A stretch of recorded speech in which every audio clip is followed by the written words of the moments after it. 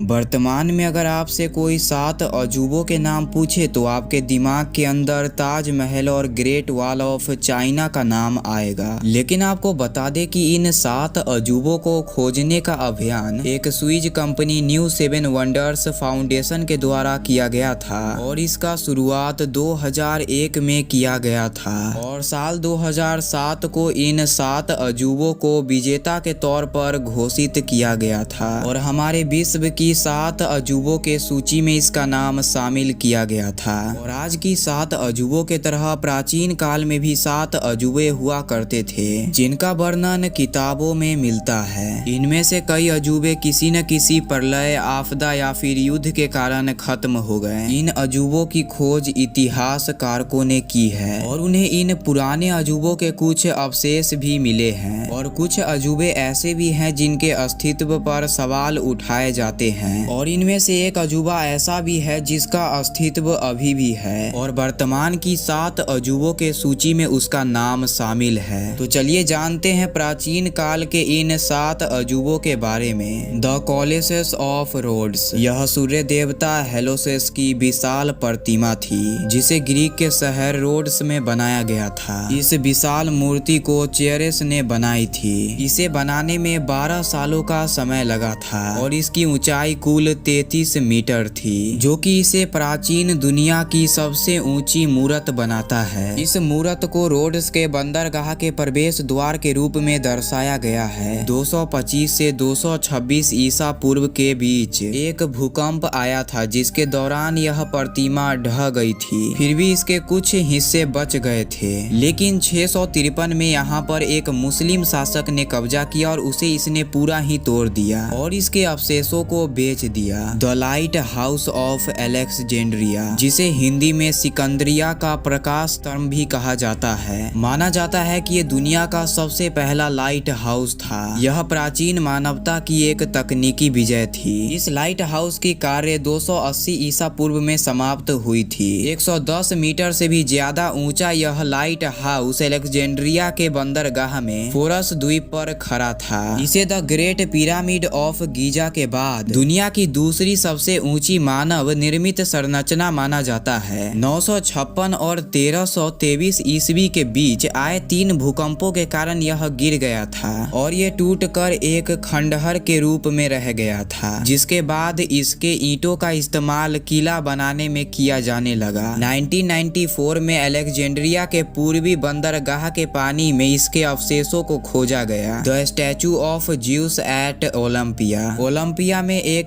Greek देवता juice की एक विशाल प्रतिमा थी। इस मूर्ति को एक मंदिर में स्थापित किया गया था। इस मूर्ति को बैठी हुई अवस्था में दिखाया गया था और इस मूर्ति की लंबाई लगभग 40 फीट के आसपास थी। ग्रीक में ज्यूस को बिजली का देवता माना जाता था, जिन्हें माउंट ओलंपिया के देवताओं के राजा के रूप में जाना जाता था। इस मूर्ति का निर्माण ग्रीक मूर्तिकार फेडस के द्वारा 435 ईसा पूर्व के आसपास किया गया था और इस मूर्ति के निर्माण में सोना, हाथी के दांत और भी बहुत सारे कीमती पत्थरों का इस्तेमाल किया गया था। इस मूर्ति के नष्ट होने का सटीक प्रमाण किसी के पास नहीं है, लेकिन कुछ जानकारों के मुताबिक 5वीं शताब्दी के दौरान मूर्ति खो गई थी और नष्ट हो गई और इस मूर्ति के होने के प्रमाण प्राचीन ग्रीक के किताबों में पाए जाते हैं और इस प्रतिमा का तस्वीर प्राचीन ग्रीक के सिक्कों में भी पाया जाता है। द टेम्पल ऑफ आर्टेमिस, जिसे टेम्पल ऑफ डायना के नाम से भी जाना जाता है, यह एक ग्रीक मंदिर है जो कि देवी आर्टेमिस का था।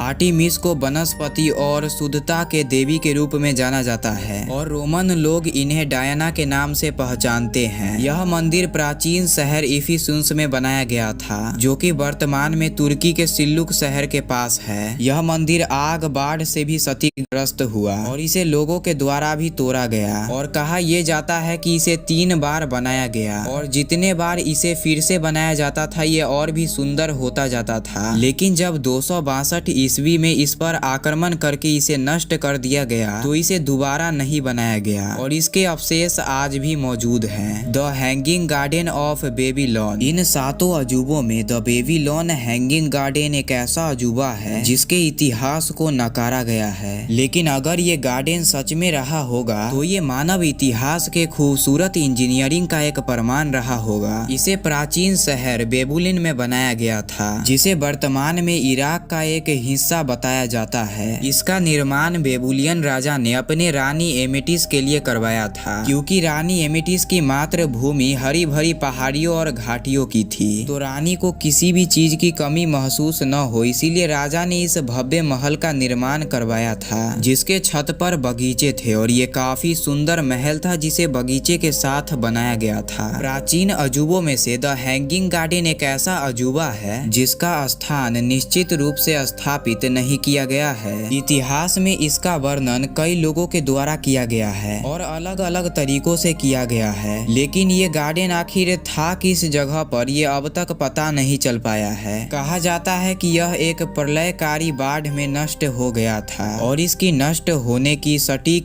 स्थिति भी किसी को नहीं पता है। और यदि हैंगिंग गार्डन सच में था तो ये एक आश्चर्यजनक खूबसूरती का प्रमाण रहा होगा। द मौजोलियम एट हेलिकॉर्नेसेस, जिसे हिंदी में हेलिकॉर्नेसेस का मकबरा भी कहा जाता है, 353 ईसा पूर्व में मेलेसेस की मृत्यु हो गई थी, तो उनके प्यार और सम्मान के लिए उनकी पत्नी एरिटिस मीसिया ने इस मकबरे का निर्माण करवाया था। इसे हेलिकॉर्नेसेस, जो कि अभी वर्तमान में तुर्की का एक हिस्सा है, वहां बनाया गया था। इसे इतना भव्य बनाया गया था जिससे उस समय ये लोगों के लिए एक मिसाल था। इसकी ऊंचाई लगभग 148 फीट बताई जाती है। इस मकबरे के पास मूर्तिकारों ने बहुत सारी मूर्तियां भी बनाई थी। यह मकबरा उस समय का सबसे सुंदर मकबरा माना जाता था, लेकिन 12वीं से 15वीं शताब्दी के बीच आए लगातार भूकंपों के कारण यह मकबरा बुरी तरह से नष्ट हो गया था। लेकिन आज भी इस भव्य मकबरा के अवशेषों को आप म्यूजियम में जाकर देख सकते हो। अब मैं जिस अजूबे के बारे में आपको बताने वाला हूँ, ये वर्तमान के 7 अजूबों के श्रेणी में भी आता है। उससे पहले आप सभी से निवेदन है कि आप ऐसे ही वीडियोस के लिए हमारे चैनल को सब्सक्राइब कर सकते हो और आपके द्वारा किया गया एक लाइक से हमें बहुत मोटिवेशन मिलता है। The great pyramid of Giza. प्राचीन 7 अजूबों में यह अजूबा इतना मजबूत है कि इसने न जाने कितने प्रलय और आपदाओं का सामना किया है, लेकिन फिर भी ये आज अपने जगह पर टिका हुआ है। The great pyramid of Giza को आज से 4500 साल पहले बनाया गया था और इस पिरामिड को कैसे और किसके द्वारा बनाया गया था ये आज भी एक रहस्य है और आज के समय में भी ऐसे किसी चीज को बना पाना असंभव है। तो आज के इस वीडियो में बस इतना ही। बाकी आप हमारे वीडियोस को भरपूर शेयर कीजिए।